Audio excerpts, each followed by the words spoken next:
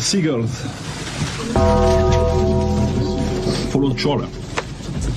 It's because they think sardines will be thrown into the sea. Thank you very much. Talking nonsense. So I thought, no, enough's enough. Why should I put up with that? Talking nonsense. So I thought, no, enough's enough. Why should I put up with that? Don't back down, double down. Don't back down, double down.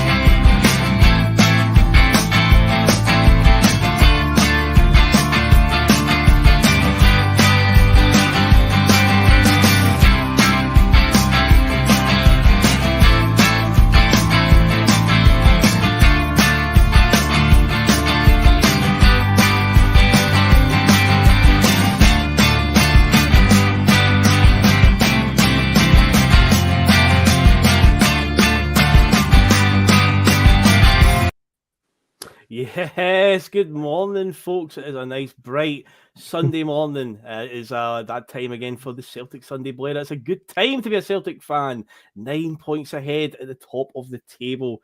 Looking down on the Rangers, it has been a fantastic weekend for the Celts. And you may notice on the screen, there is a mysterious darkened screen. Yes, Regan is here. Regan, can you hear me loud and clear, sir? Yes, I can, Phil. And I just want to say to the millions listening out there, I am in Clydesdale House looking for David Monroe, what will they call him, Nick Walsh, everybody associated with the SFA at the moment, because I think that call by Nick Monroe, I think his name is, I thought it was a disgrace yesterday, Phil, and I just want to apologise to the millions of listeners out there, because I know they want to see my beautiful face, but I'm in talks with Crawford Allen from the SFA over the conduct of VAR the last few weeks. Yes, mate. Yes, I love it. I would send Regan on location to sort them out. He's going to get them dealt. Absolutely. So, yeah, Regan is here. He's hiding behind that screen, but he hears me. So, we're working in that sense. So, that's all good. And, of course, the judge is here. Mark Kearney. How are you doing, sir? Well, I can't match that opening for Regan as a cracker. I hope he's actually telling the truth. I'd love to see a few of them getting flung out a window. Only joking. Yes. But no, I'm doing very well, mate. Yourself? Oh, mate, I'm absolutely fantastic, mate. Happy to be on again to do the Sunday Blether. It's a good time to be a Celtic fan. We are in a very, very good position after what happened yesterday. But, of course, before we go on, I will remind everybody again, if you are new to the bus, then you like the content we're putting out, then please hit that subscribe button, because over 3,000 people have done it so far. Yes, that shows we must be doing something right, guys. If that many mad folk have jumped on the bus already, then don't be afraid. Jump on as well. You'll enjoy it. And, of course, if you are a regular on the channel and you have subscribed and all that, you're in the chat right now, hit that like button. Come on. What's your excuse? Why not hit the like button yet? Come on, it helps us out massively. Come on, get it done. I'm live at Clydesdale House trying to get things sorted, so get that. Smash that like button and subscribe button, guys. That content is worth a like on its own. Regan going to sort them all out. And yeah, of course, always get involved in our live chat, as many people are doing already. And of course, if you wish to share the link for the Bhoycie Bus anywhere on social media, then that is massively, massively appreciated. Now, guys, we've got all the good stuff out the way. Let's get into it, because yesterday I was on PMP with Russell, so I've said most of my part on the game. So Of course, there's only one appropriate thing to say how yesterday went, because I'm starting to sound like a broken record, but sadly, this is the way it is. But yeah, it was another day of Contro-VARsy. Indeed, wasn't it, Regan? Because, it was one of those days, and I think there was a contrast between the two games, between with Celtic's game and Rangers' games. As I said last night, I thought it spoke volumes that both teams found themselves in a scenario where they were a goal down. One team visibly went up the gears and got the game won, no matter what. And the other team looked lethargic and had to rely on quite a controversial VAR decision to get them out. I mean, it's hilarious that we joke about it, and it literally happened in front of our eyes with the dodgy penalty that they got. But first and foremost, let's deal with Celtic's controversy yesterday. Regan, do you understand the handball rule at all by this stage? No, I don't. I mean, I thought it was a bit strange when at the Bernabeu when Matt O'Reilly got his and then Jen slipped, but David Monroe was taking the biscuit yesterday. I mean, what is Matt O'Reilly supposed to do, Mark and Phil? I mean, what is he meant to do? He can't move it. I don't think he actually sees it that the ball is anywhere near his hand. He's actually worried it's going near his ribs rather than anything else.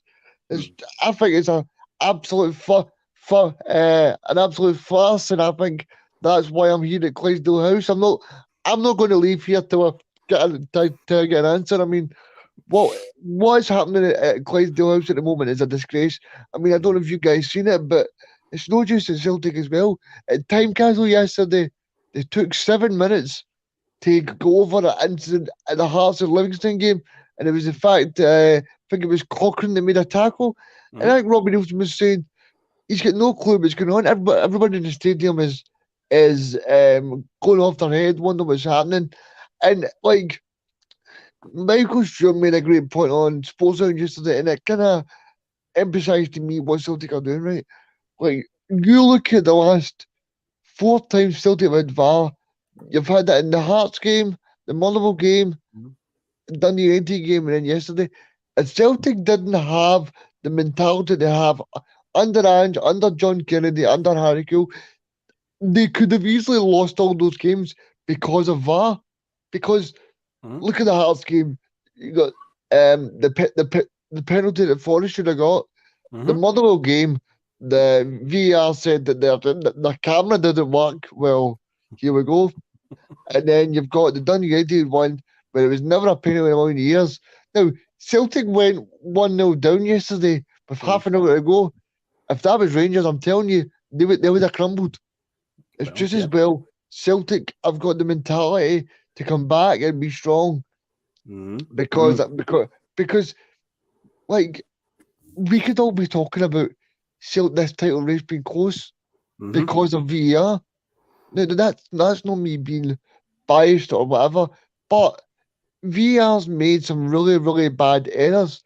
And that, like, I'm not saying that Andy's going to go through a bad spell, but say Andy was going through a bad spell as Celtic manager, that could cost Andy's job, or it could have cost Celtic a place in Europe.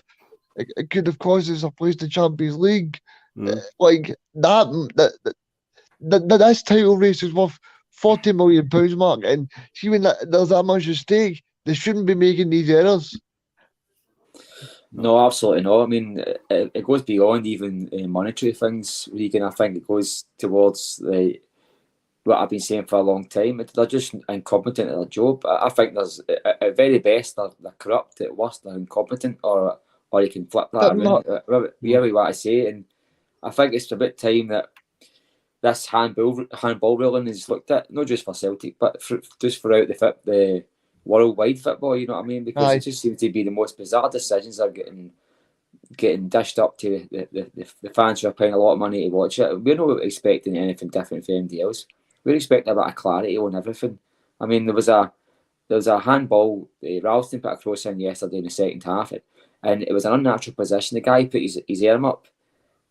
As Ralston crossed the ball, hit his arm, didn't get reviewed, didn't get spoken about in the radio, didn't get mentioned in the TV. The TV cameras didn't even show it on the sports scene last night, which isn't a surprise. We all know what fucking lodge they drinking, you know what I mean? It's not a surprise to us.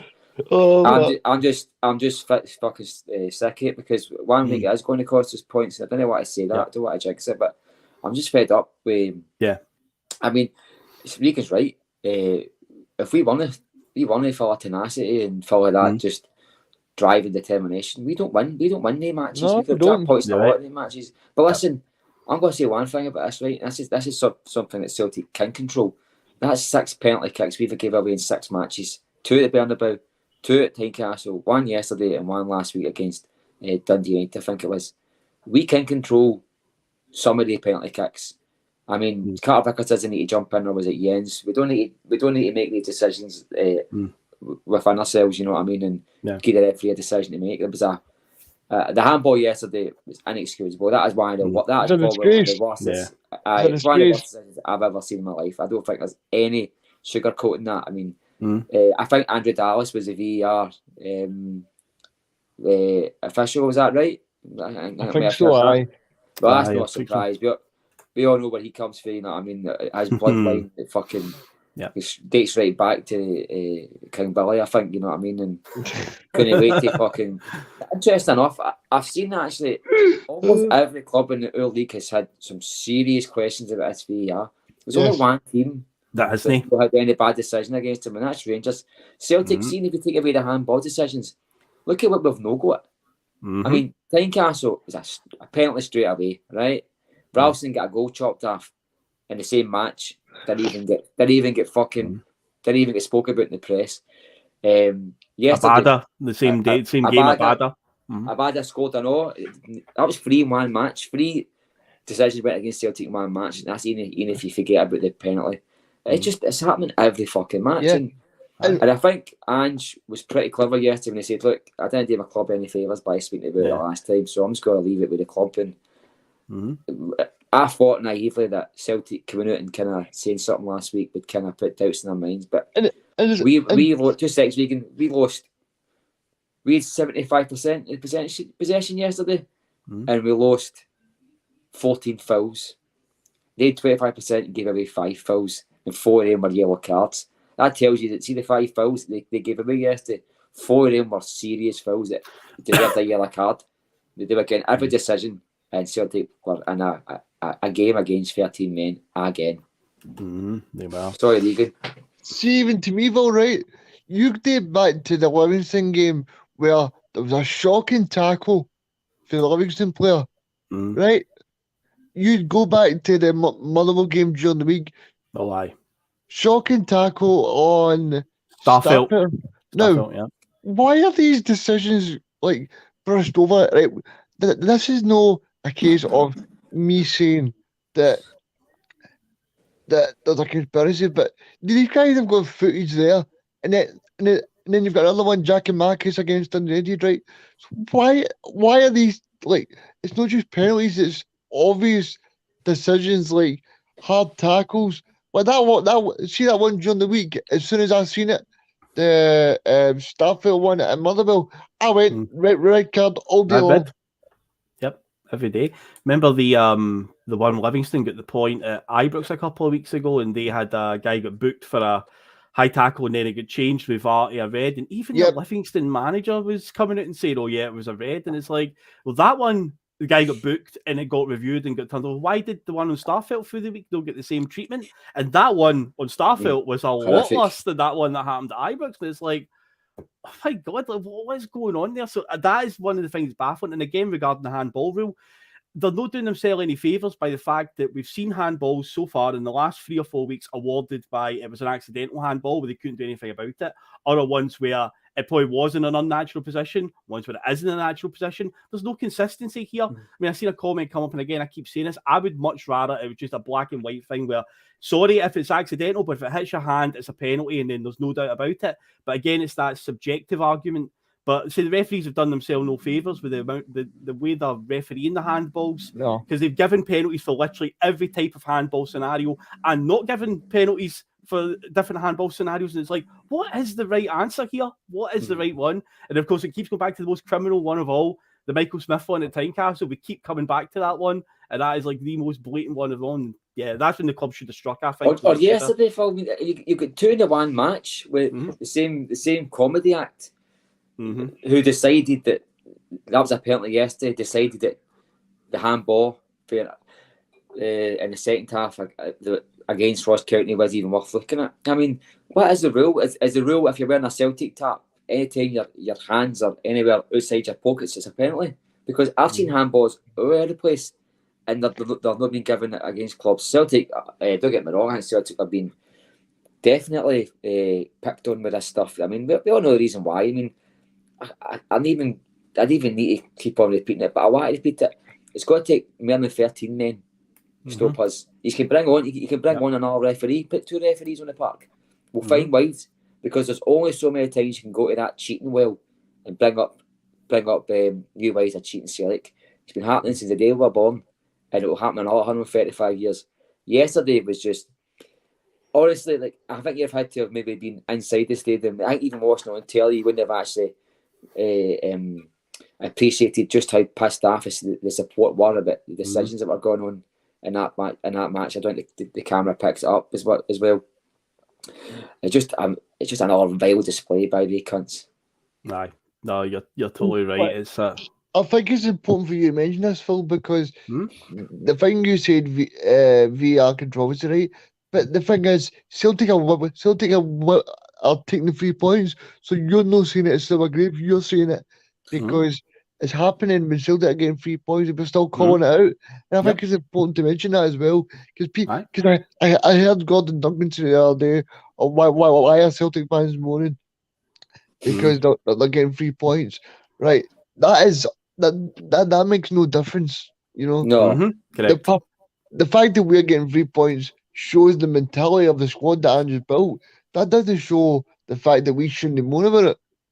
No, exactly, legal. I don't think a referee's got poetic license to referee the game any way he wants, depending on the opposition or the score in the match itself. The rules are the rules, and they should be played in the exact same manner for each team.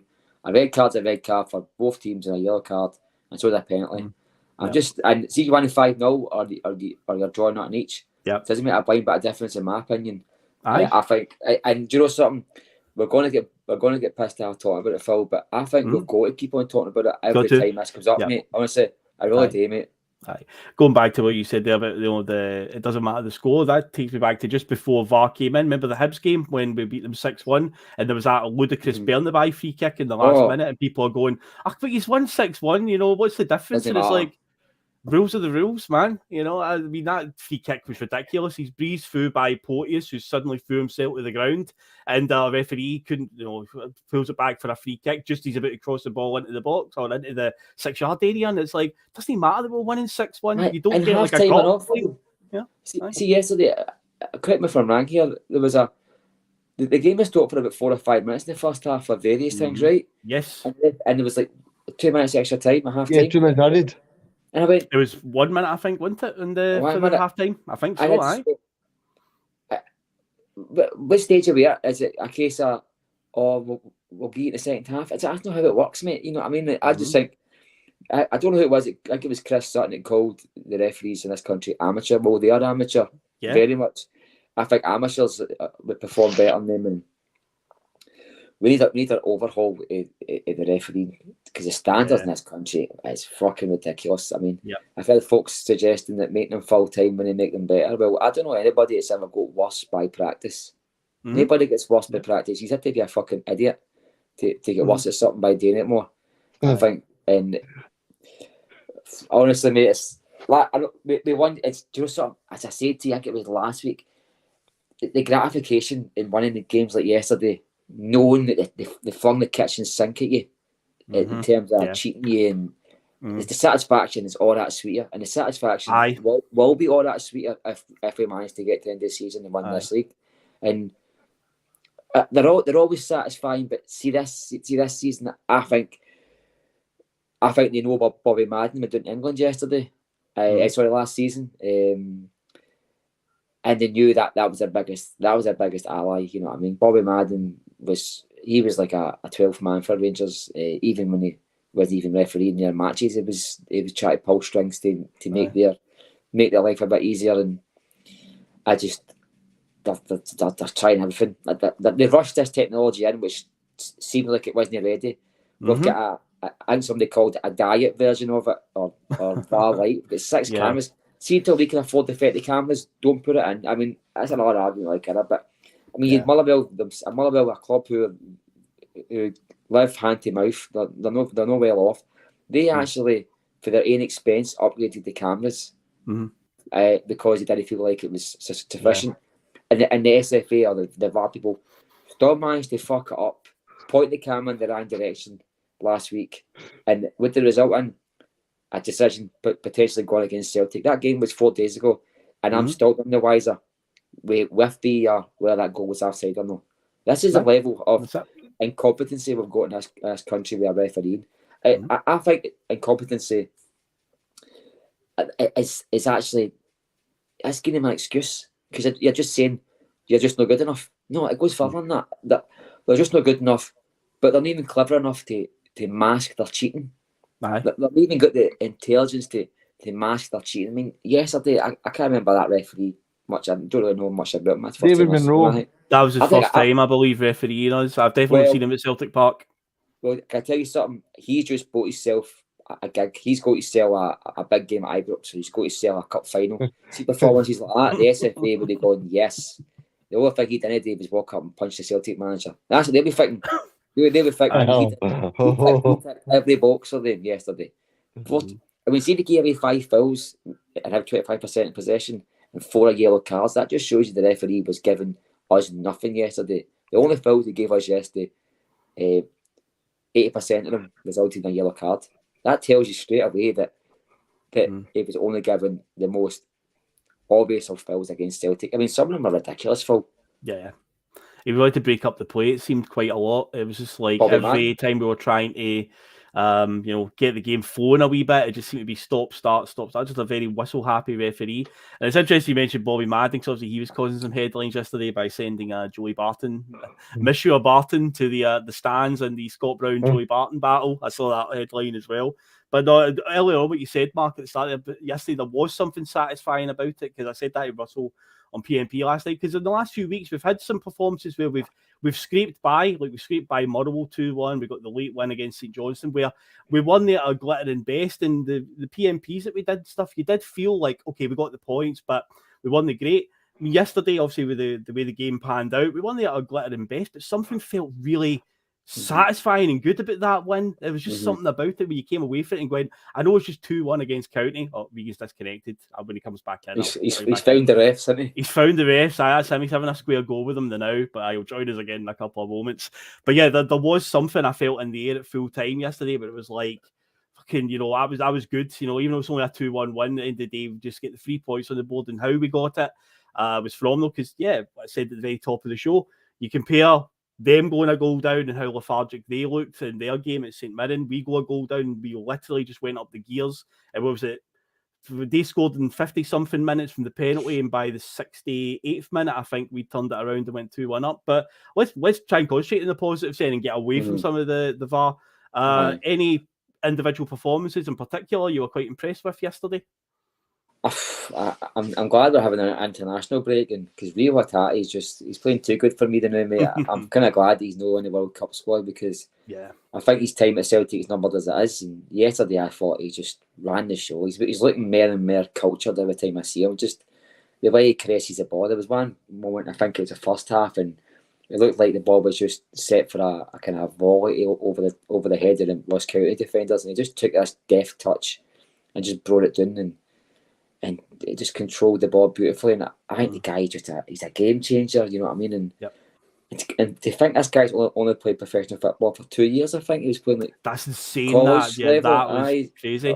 Up to a few months before Celtic signed him, he was playing at college level or whatever. And to think that guy's got development in him, and I mean, I'm kind of hoping that Ange is in his ear and he'll maybe stay a bit longer, but his performance yesterday was amazing. I thought Ralston was pretty good yesterday, but I always do think he's pretty good, but I thought he was getting up doing that line pretty well. But for me, and I also thought, not that they threatened much at all, but I also felt when Starfelt came on, when Yen City got off, I thought Starfelt looked really composed, and he was getting forward with ease, you know what I mean? And he helps out in that position for Celtic. He does get forward a bit like Aya. But standout for me was Hatate. I think all the players looked busy, but what about you? for any standouts for you, mate? Yeah, the Hatate one, obviously, for what he did for the goal was phenomenal. Where he just basically, taking the game by the scruff of the neck. Essentially, he just thought, "Well, I'll do this myself here." I just weave by them because, just the way things were going with Ross County sitting deep. You look in their half and it's just like 10 dark blue shots just all around the box. So how he found that bit of space to weave around them. Was phenomenal, and then to cut it back, as me and Russell were talking about last night, we call it a sweaty goal on FIFA, a cut back from the byline and a tap in. But fair play to David Tumble, a sweaty goal they call it. I believe it derives from the try hard mentality, people who will be holding their controller so intensely that the hands are sweating from it. Essentially, it's like a sweaty goal they call it, the try hard goal. You run to the byline and cut it back for an easy tap in. Although say David Tumble, it wasn't too easy a tap in, because he could have just lashed at it, could have just blasted it in the net, but he actually took a touch, composed, and put it through the goalkeeper's legs just for a wee bit of extra pizzazz on it. That's sweaty boys watching that. Can you hear me? I can hear you loud and clear, Regan. Did you get the referees, mate? Were you battering them there? Oh, was I? Yes. Sorry about that, guys. That's all right.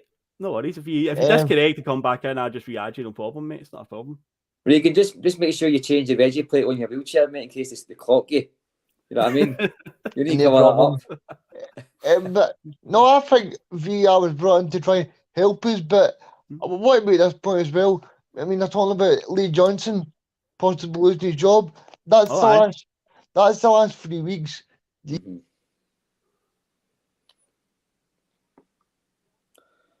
Oh, is Regan disconnected again? Oh, it appears it's a bit of a bad signal, isn't it? It'll be a signal at the moment. A signal in Caledonian House, is it? What was the name of the place where they're based? No, Caledonian House, is it? Is it Caledonian House or something? Well, basically wherever in Regan's secret location. No, Clydesdale House. Clydesdale House, sorry. I knew began with a I think C. you're talking about Lee Johnson. I think he's can you hear me? I hear you now, Regan. Hear you now, mate. I can't believe that they're actually speaking about this guy's future, because VR needs to come into it, because these arguments that managers losing a job, well, he can't lose his job over the case of these incompetent referees. And that could be the difference. That could actually be what results. Because he said yesterday, right, his team was well in control until the referee made a bad mistake. That the referee gave a penalty to Qatar, there wasn't a penalty, and then they go and score it. That changes the whole complexion of the game. It's a pendulum, isn't it? Football swings on a pendulum, sliding doors, as I always keep saying. And I mean, a penalty kick or a bad decision by a referee can totally change the outcome of a match. It can. I mean, I think it's been in Scottish football for 3 weeks now. So I think if he's on a shaky peg, it's probably been results for long since that's made him be in a position. So, but it could be a decision that just pushes you over the edge. I mean, I'll go back to Ange Postecoglou. I mean, there was serious questions about him up until Pitorgia last season, you know what I mean? And I think he lost 3 out of 6, and there was a lot of section of the fan base weren't as calm as what they are now. So, I mean, if this guy gets a result and he could go on a 5, 6, 7 winning game run, this Lee Johnson guy, and save his Hibs career. But Regan's right. It could be halted before he even starts by getting a bad decision by this mob. And no, I agree with you, Regan. I think we need to put an end to it. Before was asking me, Regan, sorry, mate. Before was asking me about the Celtic game. Is there any players that stood out for you? Anybody you thought that played well yesterday that deserves a bigger shout out than what they're getting? The player that I think will be player of the year, that's Neil Hatate. Neil Hatate. Yep. We were just talking about the work he did for the goal. Brilliant. The work he did for David Tumble's goal was... I can't speak out of it. And a point I just want to end on that, but I want to say this. Ange actually said on his press conference on Friday, I don't know if you guys seen it, but he actually said Celtic need to get a couple of goals ahead. So this guy's already planting in folks' mind, even the players' mind. You can't go into a game with a 1-goal lead, because even yesterday when it was 2-1, I'm going, oh no, please hang on, please, because the ball could drop anywhere, and then it could be Yeah. to each, and it's a totally complexion. I'm never going to be happy now unless it's 2-0 and I can relax a bit. Yeah. Even at 2-0, look at Fir Park Wednesday night. You know what I mean? Aye, you 2-0 can't go last back right week, away. No, I think we're going to see a lot of these games now. I think that I don't want to keep on talking about VAR because I think the show needs to move on. But I think when you've got a 1-goal lead or a 2-goal lead, and the next goal is so important, we're always liable for an honest mistake to happen, or this fancy word that subjective that when everything that goes on the football pitch is subjective. I don't know why it's just come into place since VAR happened. You know what I mean? But nah, we need to just start winning 3, 4, 5-0 again, and see once they start getting 3, 4, 5-0. Wait till you see this, but we'll start to get penalties to get the numbers pushed up a wee bit to say, oh, Celtic have every 5 penalties as well. And I seen a stat today. Since 2000, is it the last 4 years or something? Rangers have had 32 penalties and only 7 against. Celtic have had 26 for and 17 against. And I think even so that they brought up like Real Madrid, Barcelona. I mean, they're above all them and percentage wise about for and against, and it can't be a coincidence that I think I know like Real Madrid's. I think they're 92% in terms of like what was it I seen like possession to yellow cards less than other teams, but Celtic are like 26%. So Celtic are getting a quarter nearly. So teams that have got like less possession than Celtic are like so basically Celtic are only 26% more likely, less likely to get a yellow card and give away free kicks, whereas Real Madrid, with more possession, are 92% less likely to give away a yellow card and a free kick. That's stark, isn't it? That Celtic are nearly 3 times more likely to get a free kick and a yellow card against them with the same level of possession as Real Madrid. I find that bizarre. Funny that, isn't it? Funny how that all works. It is smack in your face, mate. I'm just looking at the fixtures after the break. So the first one we go away Aberdeen, right? Right. Now I'm actually thinking this is a great time to play Aberdeen because they're going to be off for a month. The players are going to get back playing, and we are going to dominate the ball. I think this is a great time to play. But I know sometimes the fixtures don't go for us, but I think playing Aberdeen the first game after the break will help us. Yeah, because they're going to be they're playing well the new, and they're going to be a month away. Yep. And they're going to come back and they're going to go right. We're going to ease ourselves in. Now, by the time that game comes, we're going to have new players in. We're going to McGregor back, and then the game after that we play St Johnstone at home and Livingston at home, and then it's Christmas time, and then it's Rangers. So you're kind of looking at look at that and go right, for a 3-game cycle for the first 3 games. I don't think you could have placed it any better. You've got Aberdeen away, then you've got St Johnstone and Livingston at home. So you're kind of thinking that's potentially 9 points, and then you go in. Then the week after that, you go straight into the Rangers game, 2nd of January. So I don't think you could ask for any better because Aberdeen are probably the 3rd best team now. They're going to have a month's break. We're going to McGregor back, and we're probably going to be right up for it.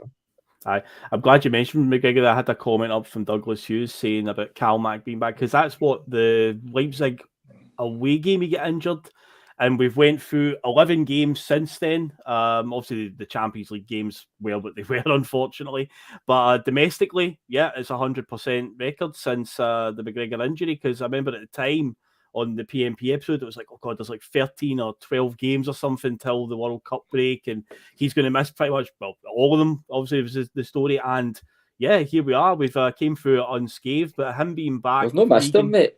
Nah, but him being back after the World Cup will be huge, won't it, Regan? It will be, because I was one of the famous guys. I think it was me and Terry. I said that if we can be level with the break, then I would take that. But the fact that we're 9 points ahead now just shows that I don't know anything, because it's just brilliant because we're getting a 9-point advantage. We're going to get a best player back in McGregor for our midfield. We're probably going to add 3 players in January, Mark. And Villa, 3 players in January. Is it Furuyashi, the defender? Kobayashi. Kobayashi. I've done well there to even get some of that right. There you go, you've done well, Mark. Well, Kyogo's He's coming second in. name is Furuhashi, so you've kind of spliced them together I there. think just it's a hybrid. I think we're going to get, obviously, he looks like a done deal, but I think we're going to have to get a right back. I think we all know the poster boy for certain sections of the fan base is leaving. I think he's already left, quite honest with you. And I think we're going to need to, buy a striker. I think so. Me as well, aye. I think, December is pretty tricky one. I think we've got, unless I'm wrong, somebody will correct me, I think we've got Batodry, Easter Road, Ibrox, and another tough place to go to. So we're going to need to use these players as we've got and shuffle about as less than we have just now, because the World Cup is actually what Ange's been shuffling the squad about for. I don't know why we've only got 4 players going it, but you can see a major shift in how he's using his squad now. So I think when we go to these places, I think we're going to need to use our starting 11, our best 11 as much as possible. I don't think you can go to any of these places if you're playing your 100% stick on best 11. And so I want to see somebody as a backup, because you're lucky to get through the season with losing Kyogo and Jackie Marcus at the same time, I think. Well, Did you think Rangers will stick with Gio, guys? Because I just hope he stays for the Celtic Rangers game. I really do, man. I think he's gone. I think he'll be away. I think by the time we come back from the World Cup, they'll have a different manager. Who it is, don't know, don't care. Well, they were saying 9 points is what they needed in the last 3 games, and they got 4 points. David Martindale incoming. No, I think it. Well, it could be somebody just bumming his. Mark, but that's the one. Looks like he's a. I think that's Sean Dykes. He knows the. Is it Wilson, the guy in charge of recruitment at Rangers? I think he's quite friendly with him. He's not coming, Jim. He's not coming, Mark. I don't know who Jim is. He's not coming. They're wanting the Bodo Glimt manager. A lot of them have mentioned him. I don't know. Right, okay. But that guy, he destroyed us, and as I mentioned it before on the show, I mean, their budget is the only team in our league that's got a budget similar to it is Ross County, funnily enough. And they actually destroyed us in both legs. I mean, thank God the game only lasted 90 minutes, because that could have been another fucking 8-9 easily in the matches. But no, that'd be a good call for them. I think he's got I mentioned it on the radio the other night, right? Gio, I don't know if you guys see it, but on Friday, Gio said he wanted to bring in a few transfers in the January window, and he says, speak to Ross Wilson, don't talk to me. That's a sign he might still. Okay, interesting. A wee clue there. I think even if he was winning every match and he said that, I would just tell you that that's a guy who's no fine-tuned into what's going on at the club. I think we spoke about this last week when we talked about how good or bad Rangers won. I said, I still think they're a good team. I just don't think that manager's getting the right tune out of them. It looks to me like there's... No, Mark. It looks to me like that squad's no playing for him, mate, or at least no buying his tactics. I mean, you can't tell me that Rangers team isn't better than getting beat after St Johnstone and drawing money. It's not a good team, though, Mark. Well, and Scotland, as Regan, I don't think they're a bad football team by Scottish standards, mate. I really don't. I think they're still got the nucleus of a good team. I really do. I don't think they're going to go on another run and get to a UEFA Cup final next year or anything like that. But that's not a bad team, Regan. They've only lost 2 of their top players, and they got to a European final last year. I mean, the greatest moment in my life was watching Celtic in a European final. He managed to get them there. You know what I mean? Only a matter of months ago, we basically the same team, barring 2 players and a massive chunk of luck. So this isn't a bad football team. You've got Ryan Kent, who's checked out, Morelos, who's 4 stone overweight. But that's what I mean. But that's no fair. That's, if you're looking at it as a manager, it's no fair on the fans. I'm glad they're behaving that way, but there's still players there that could perform at a much bigger level than what they're doing now for Rangers. There's no doubt, man, that a good manager. Well, see when Ange came in, Arrow said that team was horrific. He turned a lot of these players around. See when Brendan Rodgers came in, he signed Scott Sinclair. right? And see Scott Sinclair in that starting 11 that played under Ronnie Dyler, won the treble and never lost a match. So managers can change the default outlook of a player's approach to football, and they can give players a second chance at the club. I don't think for a minute that there's players at Rangers that are bad football players. They may not be at Celtic's level. I think I wouldn't pick any of them starting 11 to start for Celtic. But that's not a bad football team. I don't think anybody can. We're trying to just say, "Oh, Rangers are shite" because we're Celtic fans, but I don't think. I always think. I try and think as much as possible objectively, mate. I really do. I try and look at that's not a bad Rangers team. It's maybe not the team that would win a league or win a treble, but that's because of how good Celtic are as well. They're so far behind. Yeah, our consistency. I mean, in the full calendar year, and we're in November, and we will get to December before we play another game. We've only lost one match. Aye. It would take a very, very good football team to keep up with that. To keep up with that level of consistency. Yeah. It would take a very, very good football team. Rangers are only a very, very good football team, but they're not a bad team either. I don't buy into that. Charles Smith for the best session. Mike Bassett, 4-4 fucking 2. Well for I did watch that. Well, I mean, Sam Allardyce is still out there, and he's the nearest sort of real life comparison to Mike Bassett. So you never know. Maybe Big Sam will rock up and save the day for them. Sean Dyche is the same. He's 4-4-2, and he's Brexit ball. Yeah. Oh, I couldn't listen to Ange coughing every 2 seconds, then going to him talking like that. I know I couldn't listen to that. We'd have to just start doing press conferences by typing. You know what I mean? I just couldn't listen to that, man. I had enough listening to the fucking Gerrard's whiny voice. I had to switch him that off, and he was on. I never listened. Do you know something? He was a Rangers manager. I never listened to one interview with Mark Warburton or Gerrard. With the one, you see the minute they come on the radio, it was off. I never heard them speak about Rangers once. Only seen wee clips on the telly for them or on YouTube. But never listened to them once. No, you've done the right thing. Just switch off from them. I suppose my biggest point is that the fact that Ange is getting the full backing of his board, but I don't think the board are backing Gio, because look at the players they brought in and the players we're buying in. Ange said the other day, right? Ange said we've already planned for the summer, we've already planned for January. So Ange is planning on being there, and I suppose the biggest thing for Gio, he's no seen back, and he's got free transfers and Davis and all these kind of guys. And see if you're a manager, right? Like a Sean Dyche, like a Gerrard, like a Martindale maybe. Right, where's the backing coming from? Because that's as much as we don't like to admit it, that's probably one of the big reasons why Michael Beale and Gerrard left. Yeah, definitely. They were never going to get back to where they wanted to go.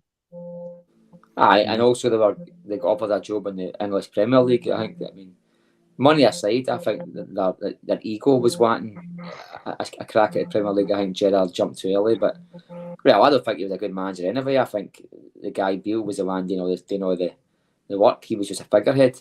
I think he was falling out big time at Aston Villa. Well, they don't want to accept that. They don't accept that shit. They want a manager who's capable of doing the job independently, not relying on backroom staff to do their work for them.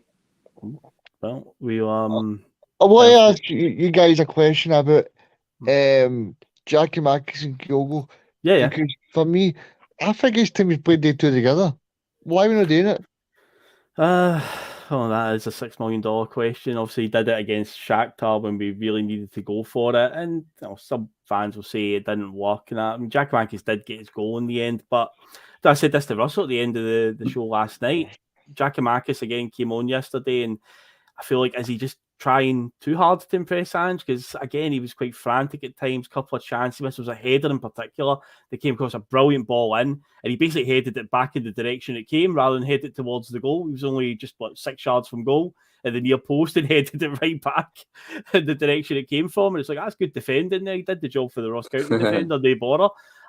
But there's just some moments again, and then Kyogo had a chance, I know, yesterday where he was through 1-on-1 and he's cut his shot too fine, it's went by the post. It's like, just at times, the two of them have got so much like a gift in front of goal, but you feel like at times they miss so many chances as well. They need to miss a few before they put one away, and it's like that's again goes back to what you're saying, Mark, about we definitely need to look at another striker option in the January window. I think we need to have a third option there just to maybe keep them on their toes as well. Even if it's somebody coming in on loan just to the end of the season, don't need to buy somebody permanently, but just another option because the two of them just seem a bit erratic at times in front of goal. Just a wee bit more composure required from time to time, isn't it?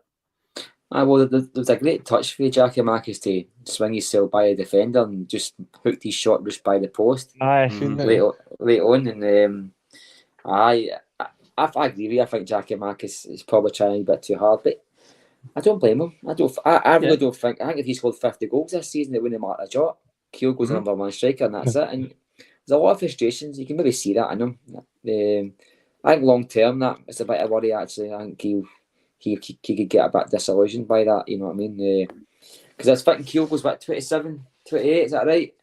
27. Aye. Yeah. So he might, unless things change, he might just be the one of the players that we get at a good age that goes, nah, I'm happy here, and he'll stay at his 30.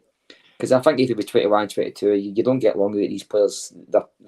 They progress at a rate where eventually they become too good for the league they're in and have to. See, that's a great point, Mark, because I never thought about that. I never thought Kyogo might be here long term compared to like a Jota who's younger.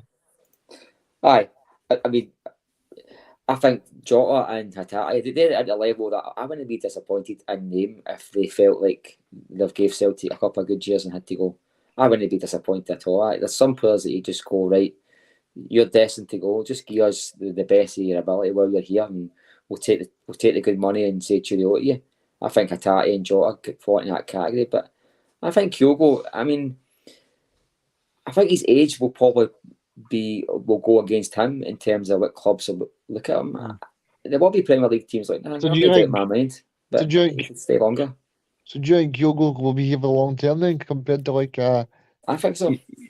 I think if he starts next season, see if he starts his next season for Celtic and he's getting into his 28th birthday, and he's still at the club at the end of that season, he's ending his best football days at Celtic. There's no doubt about that. I don't think a 30-year-old Japanese player I never thought about it before this week. moves to England or moves to Holland or Belgium or anything like that. So no, this is, and I think unless I'm wrong, I think Giakoumakis is in the same mould. But I can just look at Giakoumakis and I can see ambition in his eyes. You know, I feel like he feels like he's just maybe like one next step away from hitting the big time. I think he's got a lot of ability, but you can see the guy's hungry to prove to himself how good he actually is. He's a phenomenal football player. These big tall guys don't get the respect that they're due. In terms of ability, they just look like big bumps of wood running about. But he's a very technically gifted football player, Giakoumakis. A couple of the goals he scored for Celtic prove that. And the one he almost scored yesterday would have been a sublime goal if it went in. Aye, would have been he's cut it just a wee bit too fine as he was going through on goal, but nevertheless, we did obviously find the net twice, and that was enough to get us the 3 points and put us 9 points clear, guys. And to say it's a beautiful Sunday, nice sunny day, sitting clear as we go into the much maligned World Cup break. So I guess we may as well just know we can't really avoid it because that's what we're facing now for the next 4 or 5 weeks. So obviously, how did we end up here? Because yes, we're in this really surreal scenario in the middle of a season where there is going to be a FIFA World Cup. Obviously, we are accustomed to them being in the summer along with the European Championships. Every 2 years, we've got a tournament. But I mean, most things have not been normal in the last few years due to coronavirus and things getting moved around. But yeah, this one is a bizarre, it's surreal and bizarre when you actually break it all down because it was in 2010 that this was awarded to Qatar, and it doesn't feel like it was that long ago, but that's how long we're talking. 12 years they've had where they announced the Russian World Cup and the Qatar World Cup back to back at the same ceremony. And it was, if I'm right saying, it was only maybe like within the first couple of years after the announcement that they kind of realised actually playing in the middle of summer in Qatar is going to be a bad idea. And it was obviously pitched about playing it midway through a season, which sounded like a crazy, ludicrous pipe dream. And again, you thought, well, surely they're going to cancel it, they're going to change it, something's going to happen, but no, they pushed ahead. Then we had obviously the FBI, for obviously a organisation from a country that don't really care about football, decided to intervene and obviously raided FIFA. Lots of high-profile arrests for corruption and bribery. But you thought, well, maybe the Qatar World Cup will now get cancelled. That was in 2015 that happened, but nope. Still, we pushed through. And here we are now, a week away from it starting, and it is just bizarre to think now. I've seen many fans out there talking about how they're going to boycott it and not going to watch it, and that's all well and good, right? But see, at the end of the day, for these people who've obviously made this happen, it's not going to make a blind bit of difference. They've paid all of the money to bring that tournament to their country, and they're going to get their wish, essentially. FIFA have got the money in the bank, right? The only way that there could have been a difference made where this could have been changed is FAs and teams themselves had to stand up at some point and just say, we're not playing in this, we're boycotting it. That would have sent a stronger message. I'll give you a good example if you indulge me for a few minutes. This turned into like a Judge Phil segment instead of a Judge Kearney segment. Judge Phil today. On you go, Will, on you go. That's like, a good lesson, Phil, on you go. I'm a big Formula One motor racing fan, and over the years I began watching in the 90s, right? And at that time, the calendar was quite, 17, 18 races you had, but they didn't race in places like the Middle East. But somewhere in the 2000s, they added United Arab Emirates. They've now got Bahrain, they've got Qatar, and they've got Saudi Arabia. And every time they go to any of these venues, Lewis Hamilton in particular will always wear his race helmet, will be painted in the colours of the LGBT flag, the rainbow flag, because he's trying to send a message like unity with the LGBT community, and it's to stick it to like the Crown Prince of Saudi Arabia and stuff like that, because the laws over there and the way of life.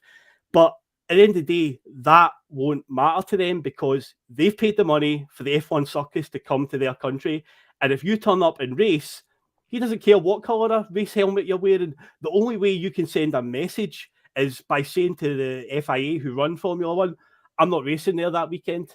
That would then make them sort of take notice. It's the same with what's happened over the years with this World Cup looming.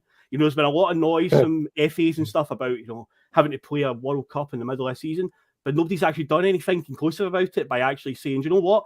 We're not going to play. You had like the English FA, German, Spanish, all the big powerhouse football associations that could have said, this isn't going to work. We're going to basically boycott it. We're not going to send the German national team there, the English national team. And suddenly they would go, they start panicking at that point and go, we can't do this. We can't without these teams here. But at the end, it's all too late now. I am totally convinced at some point during this tournament, there'll be like a player that will wear like rainbow laces or something like that. But again, they don't care. The organisers will just be like, you've turned up, you're here, that's what we paid for. So it's an absolute shit show from start to finish. I think the biggest thing, Phil, is like the broadcasters and all these things say they do care.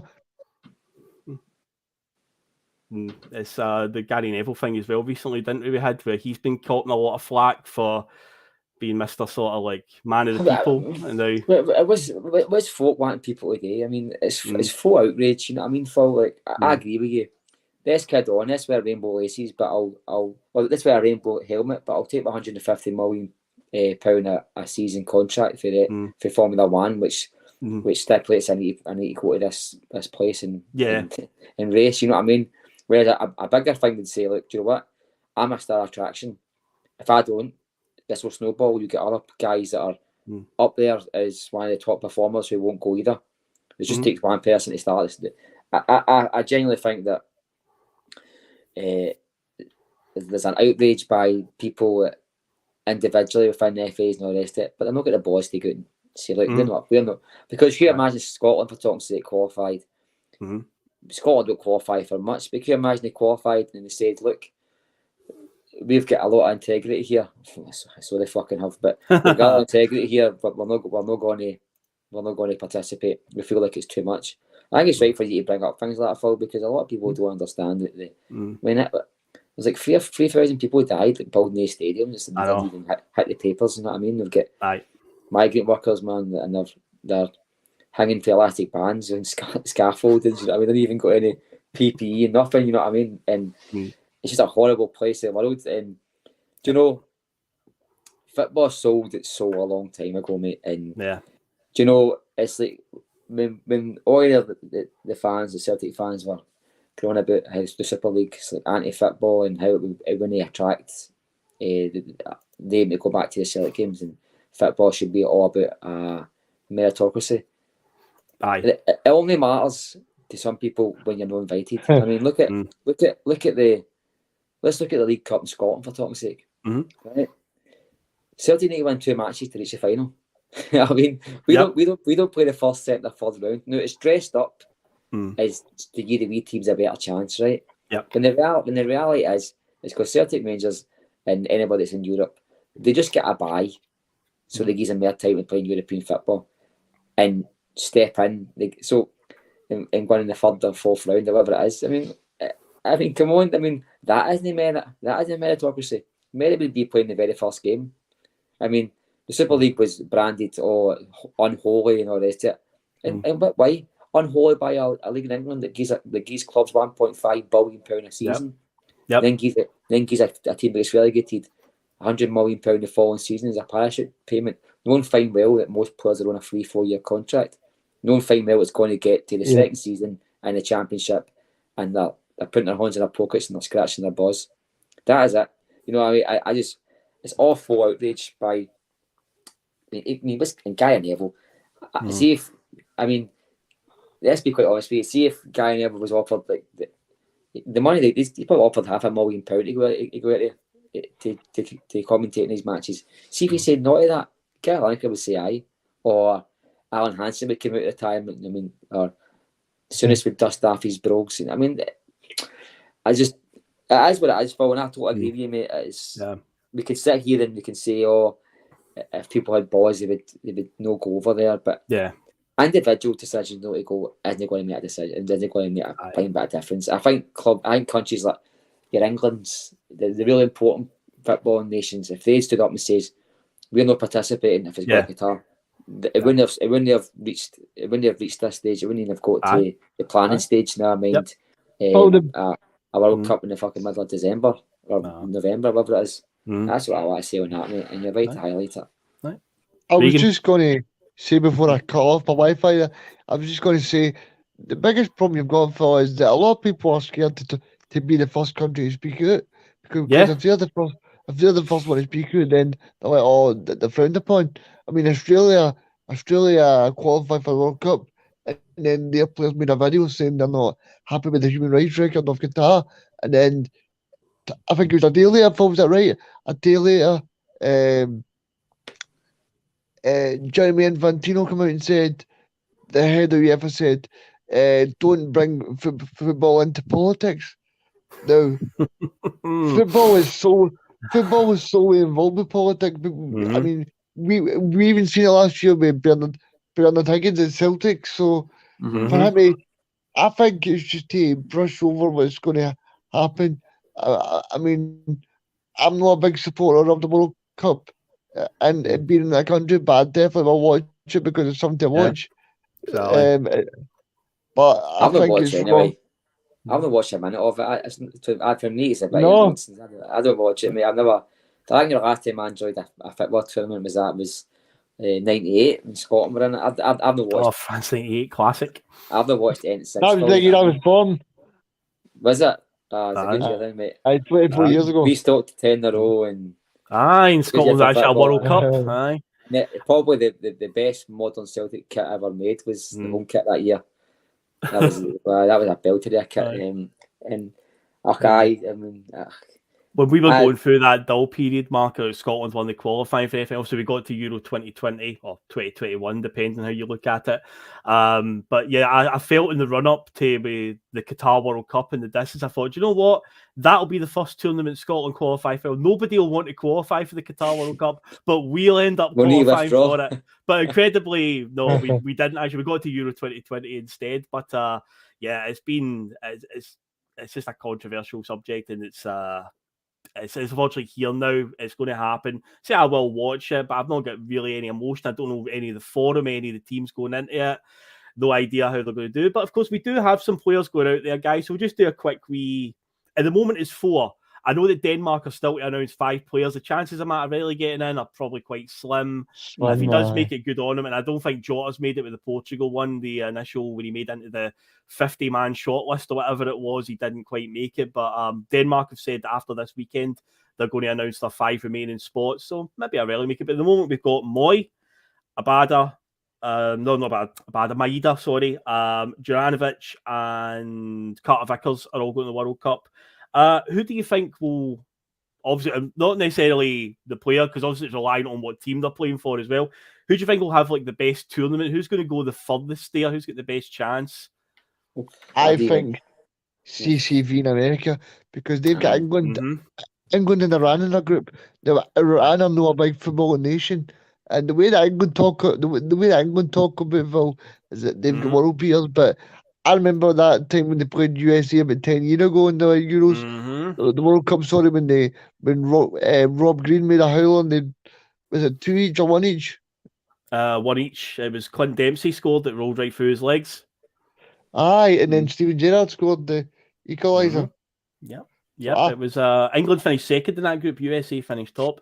Regan, do you remember the headline when the draw was made that unfortunately you mentioned them, the Sun newspaper put, because it was England, Slovenia, the USA, and Algeria. So they put the headline as England, Algeria, Slovenia, Yanks, and it was like an acronym of EASY, and they finished second in that group and then get pumped out by Germany in the second round. So easy indeed.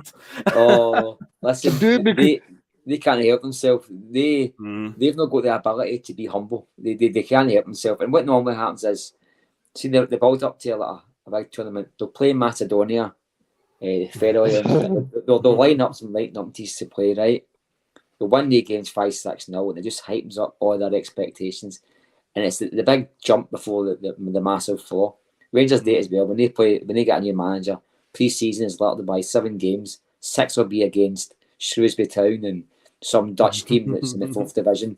And then they'll play like a Bolton at Ibrox.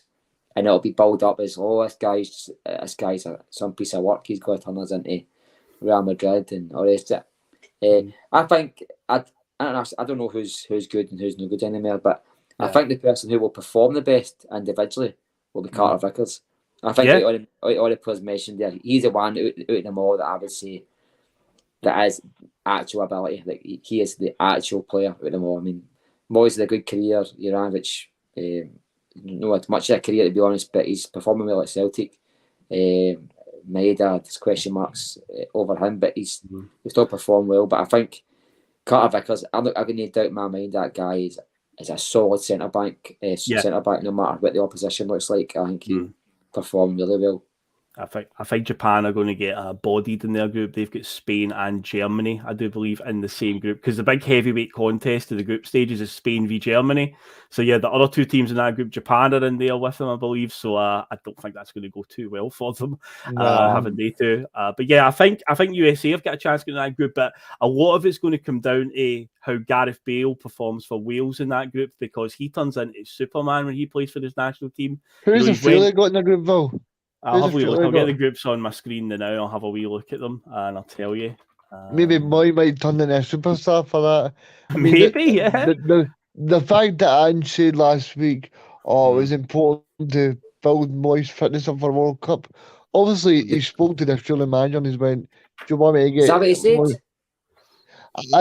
He said it was important to get Aaron's fitness up for the World Cup, but Celtic fans will see the best of him after the World Cup. Phil, that's what he said, didn't he? Celtic fans will see the best of him after the World Cup. Because we've said that. We've had suspicions about why he's been fast-tracked into this team. We've said that he's been getting... we took a lot of stick for it. We've all said that we think he's been fast-tracked to get him fit for the World Cup. I think he's come on to a bit of a game now. He looks like he's somebody who's a 6 out of 10 most weeks, a 7 out of 10. He's just goes in and does a job. I don't think he can... I don't think near Beaton would do a worse job, to be quite honest with you, but he fills a jersey. You get the groups there, Phil? I've got the groups. Okay, so Group A is Qatar, Ecuador, Senegal, Netherlands. So Holland are going to canter that group. Group B is England, Iran, USA, and Wales. So you'd expect England will probably win that group, but Wales, a lot of it's down to how Gareth Bale performs, because he carries that team. He really does. He's a different level when he plays for them. Argentina, Saudi Arabia. Did you not see Gareth Bale Did you not see Gareth Bale with scored the winning goal in the MLS Cup final the other day, Phil? He did. I saw it on Twitter. No, Somebody I've seen tweeted it that. somewhere, and I seen it. Aye, for LAFC, is that not LA Galaxy? LAFC. And see that Cialini that played with Juventus? He's playing the back of the road. Yeah. Oh, okay. Getting a retirement fund out in the USA. Aye. I think a massive sentimental favourite for many people, Argentina, because a lot of people want to see Messi finally win the World Cup. They've in with Group C, Saudi Arabia, Mexico, Poland, Argentina. Group D is France, Australia, Denmark, and Tunisia. If Matt O'Reilly makes it in the That's a Denmark good squad at the group. last minute, then it could be Aaron Moy against Matt O'Reilly, but the chances of O'Reilly making it are pretty slim. Group E is Spain, Germany, Costa Rica, and Japan. Yeah, I don't see much hope for Japan or Costa Rica. Group F, we've got a wee interest in there in the Bhoycie Bus for two reasons. Because one, Josip Juranovic is in there, but two, Canada are there. And of course, one of our team members lives in Canada, Liam Greenlaw. Belgium, Canada, Morocco, and Croatia are Group F. Group G is Brazil, Serbia, Switzerland, and Cameroon. By the way, did you see that Olivia Ncham is going to the World Cup with Cameroon? I seen that. Yeah, I did. Aye. Wow. And Group H, the final group, is Portugal, Ghana, Uruguay, and South Korea. So that is your groups. It just shows you how funny football is. I mean, you can just play for however you want. I mean, I know France has got a lot of colonies. They can, I think, most of fucking Africa and all the rest of it can play for France. I'm not sure how it works, but he was scoring goals for fun and playing well for France under 21s for years there. I didn't think he was ever good enough to step up. I was really surprised at some of the. It's one of the things, Mark, that France get a lot of flack for, because when they won the 2018 World Cup, people were making up these memes and graphics saying, well, these are all the countries that actually contributed to that World Cup. And it was like so many players, they're like Cameroonians, Senegalese and stuff like that. And it's like, they've been picked by France and picked by France. That's just the way it is. They're allowed to do it, then they can do it. See, be fair to France, and this isn't a political thing, but see, be fair to France, like a lot of because they were there in Europe, a lot of the countries get filtered into France. A lot of these different nations, their immigration is like, I mean, you could be around with 25 different nationalities, you know what I mean? And so they've got to be, and if they're welcoming these people into their country, then they're going to get the benefits of it as well, you know what I mean? They can't have it both ways. Aye, Patrick Vieira is the best example. Aye, because Zidane was Algerian, Desailly was Ghanaian and stuff like that. So Benzema is also Algerian. Zidane's dad played for the Algerian national team, and Zidane himself played for France, and obviously went on to become the best player in the world at one point. But yeah, it's just the way it is. And Germany did something similar a few years later, where they realised that their model wasn't working, so they began looking at other players that qualified for them via, the family that immigrated to the country and so forth. So that's where you get guys like Sami Khedira, Mesut Ozil, all these type of guys, Kevin Kurani, guys that were half German, but they were eligible for another country. Just the way of doing it. It's like a sort of fancy transfer market, essentially, for international teams. You do a wee bit of scouting and you find out, this guy's eligible for us. Bertie Vogts tried something similar, remember? Bertie Vogts tried it. Everybody got a cap when you were, you've got a Scottish great granny, you can have a cap as well then. But how many Scottish accents are in that Scotland team? Oh, God. You know what I mean? All English people. All English. That's true. Look at Dykes. I love Chris Commons at Celtic, but he was as Scottish as the Queen. You know what I mean? There's no way he deserved to. Well, he was a phenomenal. I love Chris Commons. I think he was outstanding. I mean, I can imagine his ability in this Celtic team. I think his fitness might have let him down, but what a fit up with he was. You know what I mean? But he wasn't English. I mean, it's the same as. Aidan McGeady, man. God, playing for Ireland. I know. Arfield played for Canada, didn't he? And Scott Arfield with Canada. He retired for international football, and Canada have qualified for their first World Cup since 1986. So jokes on him with that one. But yeah, we'll obviously over the next 4 weeks for the World Cup, we will keep a little eye on the Celtic players in particular. But looking at the groups and the connotations, how far are any of them really going to go? I think a few of them I think all four are probably going to be back with us within about 2 weeks, I reckon. I think the World Cups aren't going to go too long. I know Croatia are getting a lot of love. I've seen it in the chat, but Croatia are kind of an aging side now. They didn't do particularly well at the last Euros. Well, they got to the final in 2018, 4 years ago, but still a lot of the same players. And also, I noticed that Barisic got called up, so they better hope that there's no crosses to the back post, or else Barisic is going to fall asleep. Back post Borna. He doesn't see it coming ever. But But guys, that's an hour and 10 minutes. So I So a think quick we've went question, over Phil, far do- again. So we've divulged. Yes, Regan, what's up, mate? Do you want them to do well, or do you want them back for Celtic? Back for Celtic.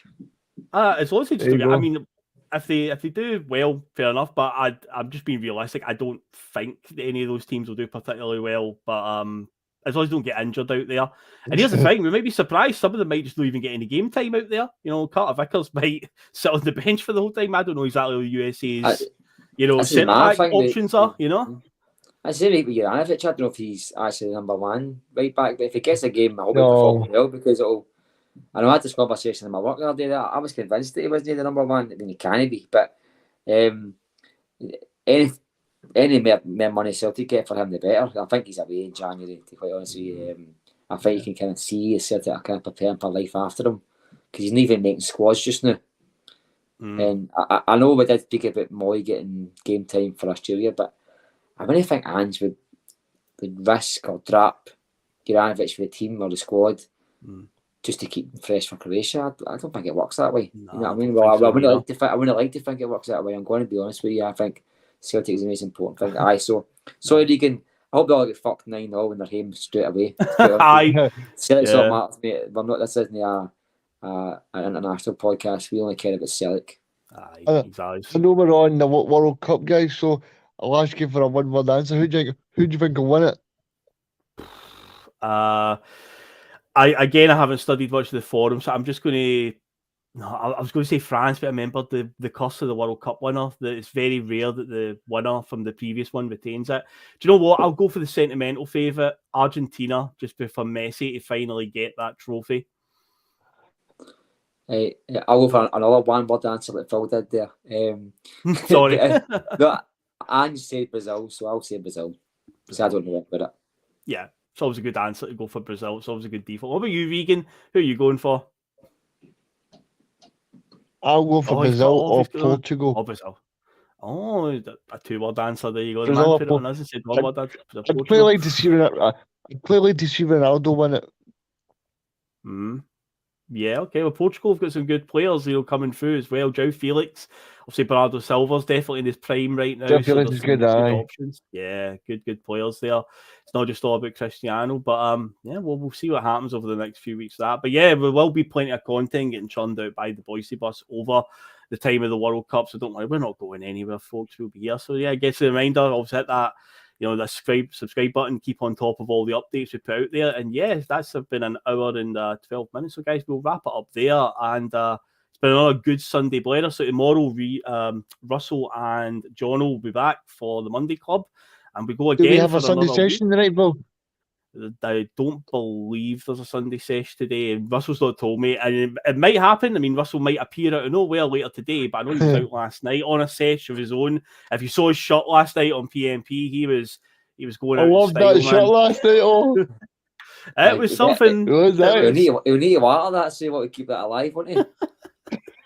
A lot of people in the comments last night were like, "Wow, that shot is loud." Can't hear you, Russell, over how loud your shot is, mate. It was something, but he might appear later on. I don't know, but as far as I know, there isn't one. But again, Russell sometimes just decides on a whim, so keep your eyes peeled. But if you hit the subscribe button, folks, you'll know. So there you go. There's a reason to hit the subscribe button. But yeah, we'll head off, guys. So once again, the judge and Regan, it's been a pleasure being on, guys. And yeah, I usually I'll say, "Oh yeah, I'm on the hoops and all that," but there's nothing. So our life is good. 9 points clear at the top, guys. And yeah, off we pop into this international break. Right, guys, we're out of here. Ciao. Thanks, guys. Cheers. Comments about me deliberately. You are on. To cause controversy. Well, I work in the media now, and you've got someone sitting there next to you who's an embarrassment to the media profession. He's an apologist. He's a charlatan.